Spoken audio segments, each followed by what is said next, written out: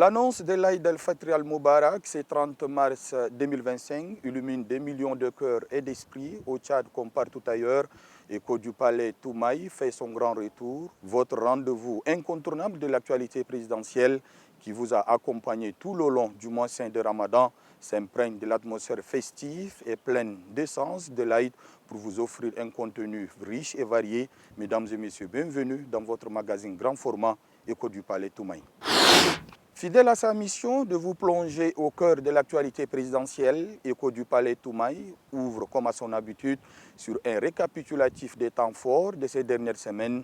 Retour sur les faits avec Angal Toglo. Le président de la République, chef de l'État, maréchal Mohamed Idriss Déby Itno, a partagé sa semaine entre diplomatie et spiritualité.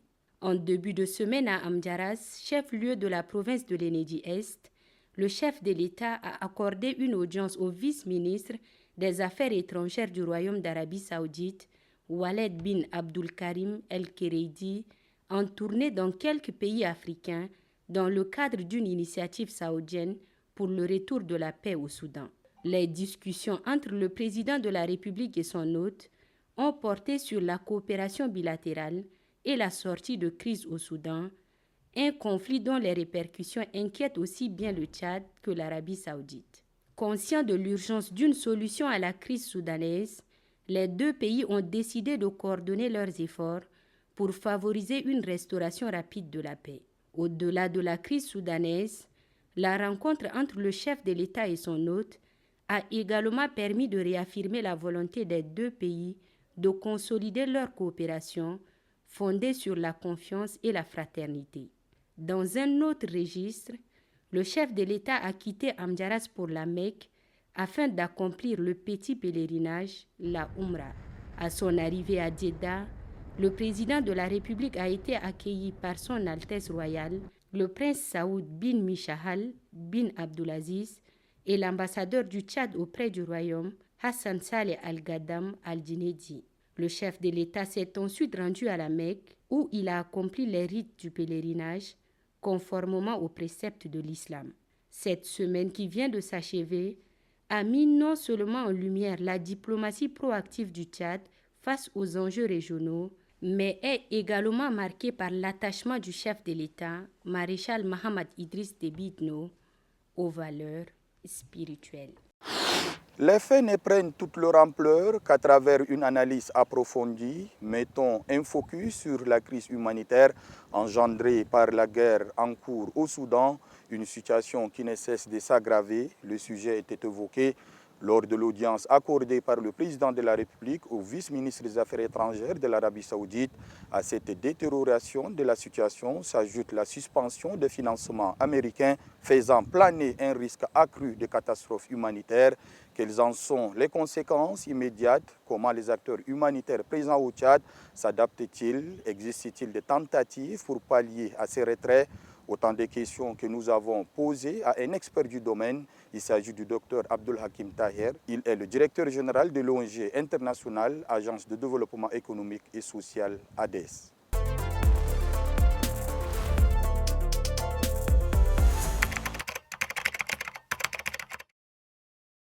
Le Tchad accueille aujourd'hui un peu plus d'1 million de réfugiés sur son territoire, ce qui fait du Tchad le premier pays qui accueille le plus de réfugiés en Afrique par rapport à sa densité et parmi également les pays qui accueillent le plus de réfugiés au monde. Nous avons accueilli plus de 700 000 nouveaux réfugiés, donc ce qui en termes de nombre aujourd'hui est assez important. Donc ce qui voudrait dire également les défis humanitaires sont assez immenses. Il y a 32 points d'entrée à la fois, donc les gens entraient de partout. Et le Tchad, en respectant ses engagements internationaux, avait ouvert ses frontières. Tout le monde a pris des cours, les ressources ne suivent plus. Donc la situation, comparativement aux autres zones d'accueil des réfugiés en Afrique, donc pour le Tchad, la situation est assez grave.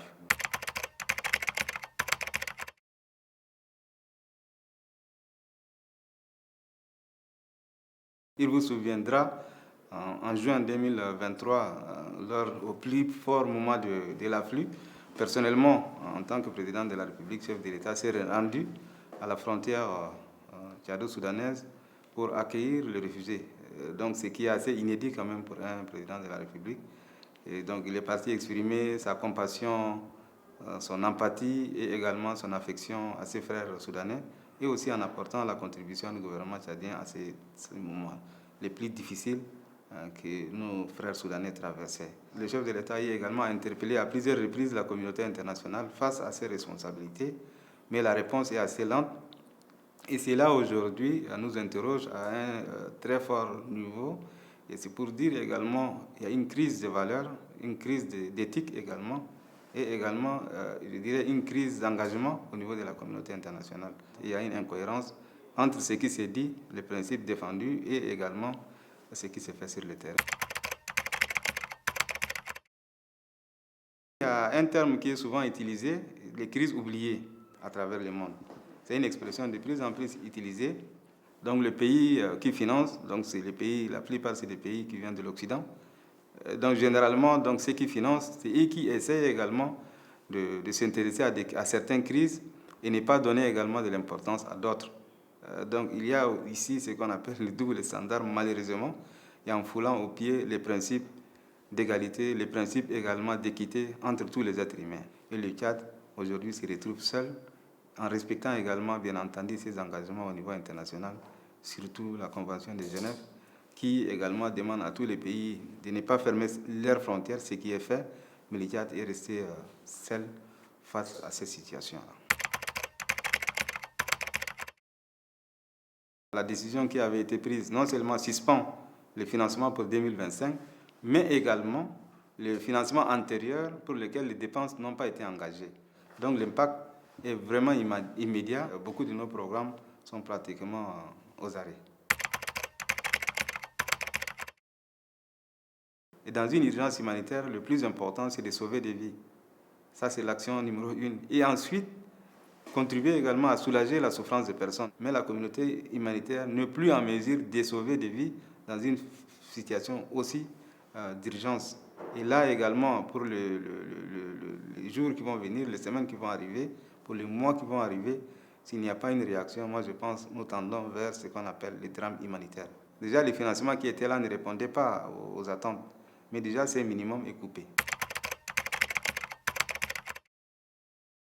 Il ne sert à rien de continuer à pousser, à faire prendre conscience à une communauté internationale qui reste sourde, mais c'est de trouver des leviers au niveau du continent, par exemple, au niveau de nos différents pays.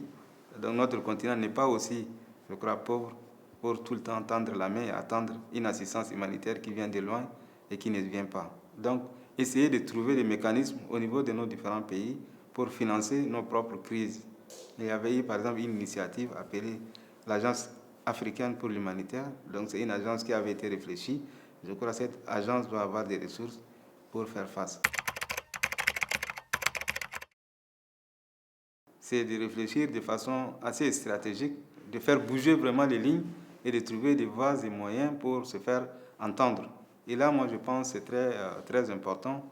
Une action au niveau des structures qui s'occupent des affaires humanitaires, doublée d'une action diplomatique où toutes les tribunes dédiées aux questions humanitaires, donc il y en a beaucoup à travers le monde, et le Tchad se doit, moi je pense, de participer, non seulement de participer pour participer, mais c'est de faire entendre. Et ça, c'est très important. Donc, il y a un engagement important de notre pays, déjà par rapport au poids, parce qu'il y a beaucoup de charges. Et cette communication doit être accentuée et devrait se faire également sur des tribunes vraiment indiquées. Après avoir exploré le chantier 2, poursuivons notre immersion au cœur des grands axes du programme politique du président de la République, cap sur le chantier 3.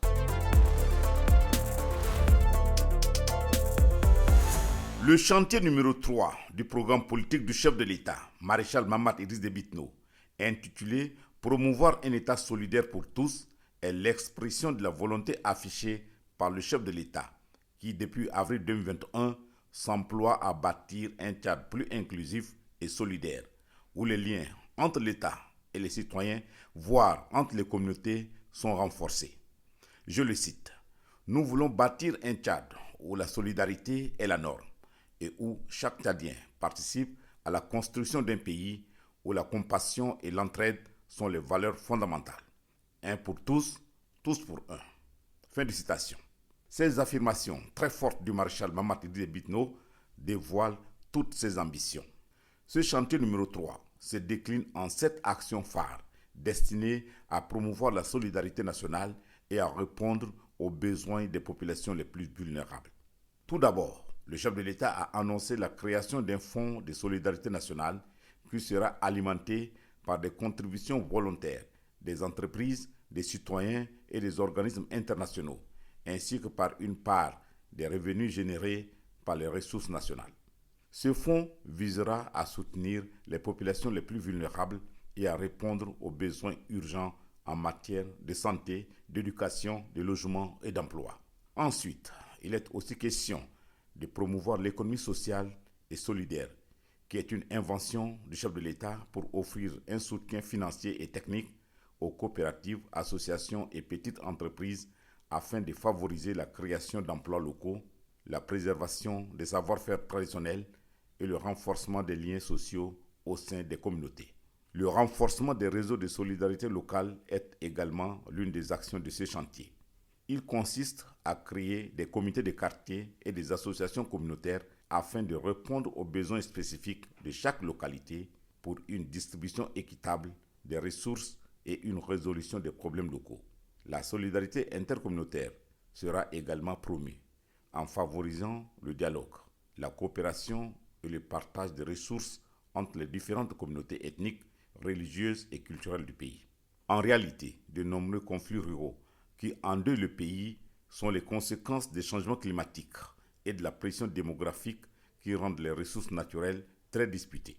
En outre, le chef de l'État a annoncé plusieurs mesures phares pour améliorer la qualité de vie des populations les plus vulnérables. L'accouchement et les premiers soins après la naissance seront ainsi rendus gratuits pour célébrer la vie et protéger les femmes et les nouveau-nés.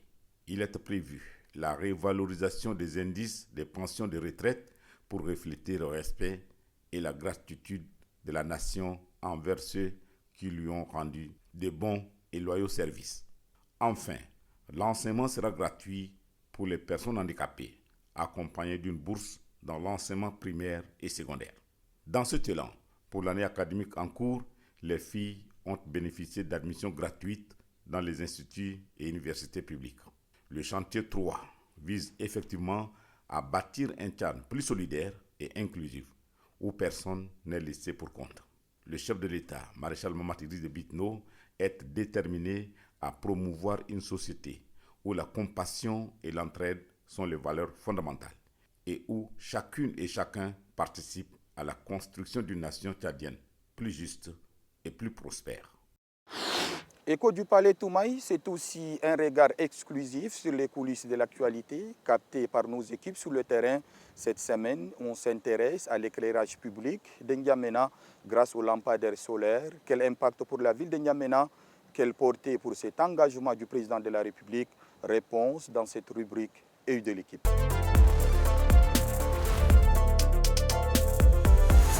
Conscient qu'aucun projet de développement n'est tenable sans une énergie stable et suffisante, le président de la République, chef de l'État, maréchal Mahamat Idriss Déby Itno, a placé la renaissance énergétique du Tchad au cœur de ses préoccupations. L'on n'a pas besoin de porter des lunettes en bois pour se rendre à l'évidence que des efforts tout azimuts sont engagés pour augmenter significativement l'offre énergétique à l'effet de couvrir les besoins de la cité capitale et ceux des provinces en mettant l'accent bien sûr sur la production de l'énergie verte.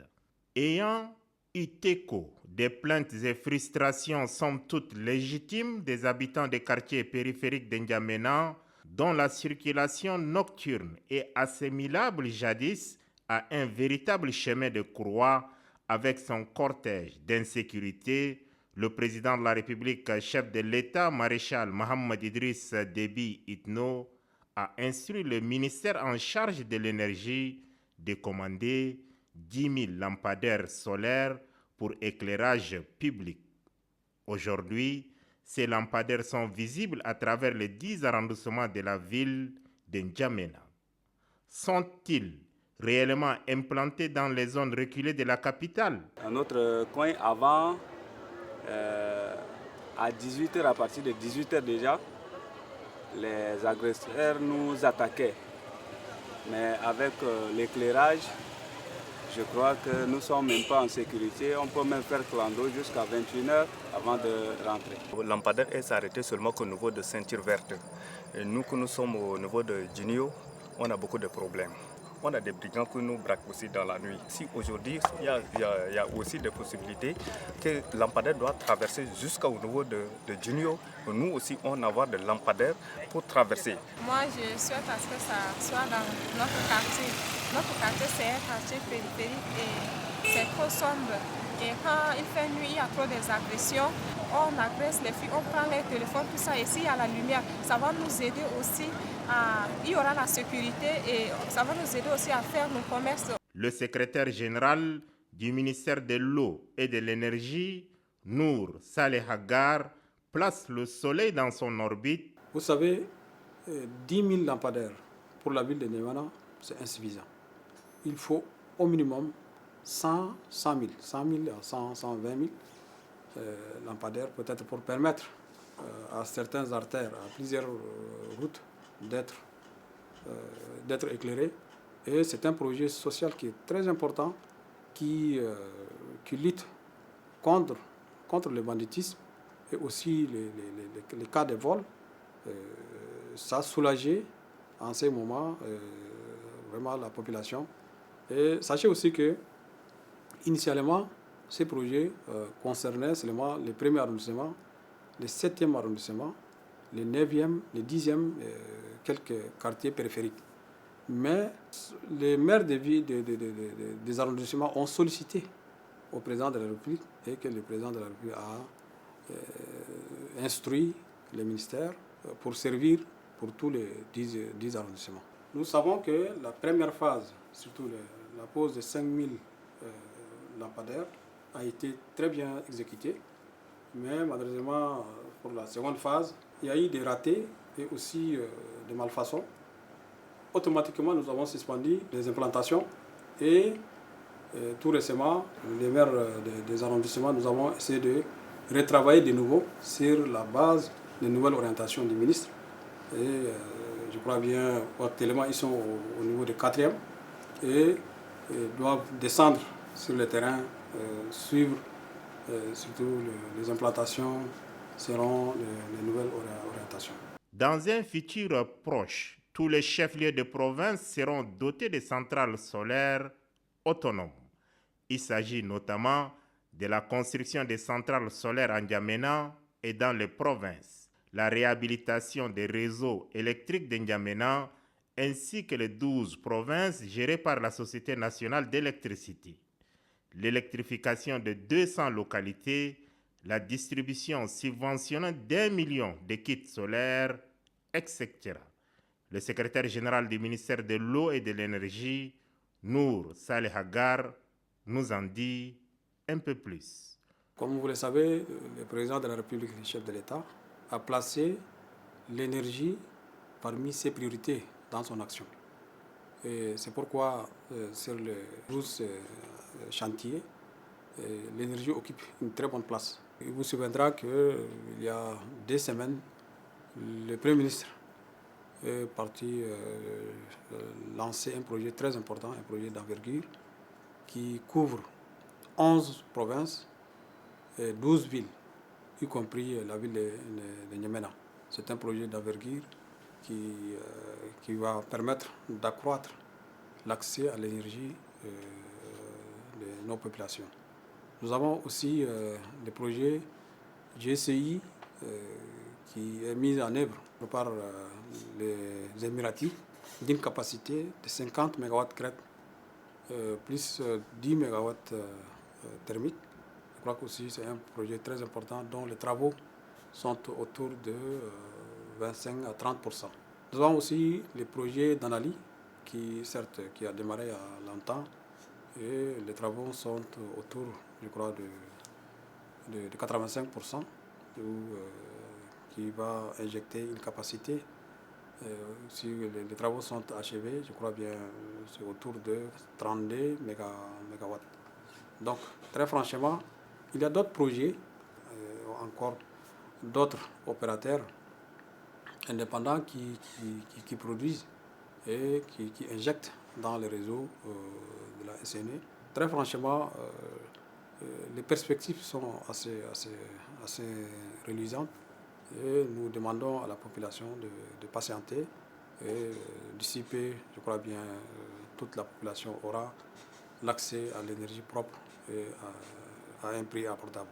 Le programme global d'électrification qui ne laissera en marge aucune couche de la société, qu'elle soit rurale ou urbaine, est en exécution. Il se traduira sur le terrain par des réalisations de portée majeure. C'est dire que le chantier 7 du projet de société du chef de l'État, maréchal Mahamad Idriss Déby Itno, se déploie avec pour ultime objectif de rendre l'énergie accessible. Au-delà de la version officielle, des chiffres et des engagements, qu'en pensent ceux qui vivent les changements au quotidien? Dans la rubrique Élan, la parole est à Monsieur Tout-le-Monde.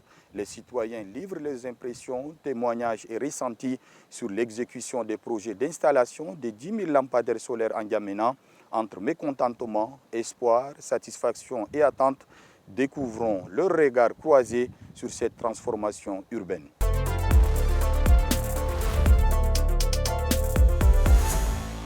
Panneaux solaires, ça a beaucoup aidé la population. La nuit, même tu peux rouler sans phare avec la moto, là, surtout la nuit. J'ai l'habitude de tourner beaucoup. Là. Arriver ici, ce n'est pas la peine de mettre le phare. C'est comme c'est dans la journée comme ça. Nous sommes reconnaissants pour cette dotation qui éclaire nos rues et contribue à la réduction de l'insécurité. Mon message au gouvernement est d'étendre cette initiative à toutes les rues. L'énergie solaire est un excellent investissement aux nombreux avantages. Je préfère que l'État puisse réaliser ça dans toute l'étendue du territoire. Ça nous permet, nous, aux étudiants, d'étudier la nuit et de valider nos sessions, nos examens. Tout cela, c'est bon ce que l'État a fait. Je demanderai à l'État de voir les failles qui sont là, d'essayer de régler les panneaux qui ne s'allument pas et essayer de voir aussi certains endroits aussi stratégiques pour que certaines puissent avoir la lumière comme nous. Toute la nuit, on est sous l'éclairage et le taux de braquage est réduit. Ils ont peur de braquer les gens maintenant que ceux qui passent dans la nuit faire leur business avec la moto. Et maintenant quand ils voient, ils ont peur maintenant de faire cela. L'éclairage est une bonne chose, mais son déploiement n'a pas été équitable.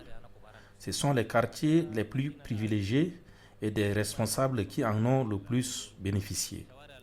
Tandis que dans les zones périphériques, l'installation reste partielle et s'interrompt brusquement. Nous espérons que tous les grands axes seront couverts, car l'impact sécuritaire est évident. Le travail n'a pas été mené à son terme. Le déploiement s'est fait de manière inégale. C'est déjà une initiative à saluer. Mais nous espérons que les lampadaires seront installés jusqu'au rond-point. Il est essentiel que le gouvernement aille jusqu'au bout de cet effort et ne laisse pas un projet aussi important inachevé. Dans notre quartier, vraiment, on a un problème d'électricité. Nous souhaitons que notre quartier Adré, commençant d'ici jusqu'au niveau de Boutalwalila, s'il y a possibilité, on nous étale les panneaux solaires. Comme ça, vraiment, ça va beaucoup nous arranger. Parce qu'il y a un problème d'insécurité. Là où il n'y a pas l'électricité, il y a un problème d'insécurité. Nous sommes très contents d'avoir bénéficié de ces lampadaires solaires. Grâce à leur éclairage, nous pouvons rester tranquillement devant chez nous, discuter, manger et boire en toute sérénité. La nuit ressemble presque au jour. Certains nous demandent comment nous les avons obtenus, mais nous leur répondons que nous n'avons pas non plus été informés à l'avance. Des décisions aux réalités du terrain en passant par les défis, les attentes, ce numéro a été une plongée au cœur des grandes questions du moment. Écho du Palais Toumaï revient très vite avec encore plus d'analyses, de reportages et de témoignages. D'ici là, restez connectés sur nos canaux et nos différentes chaînes partenaires. À très bientôt.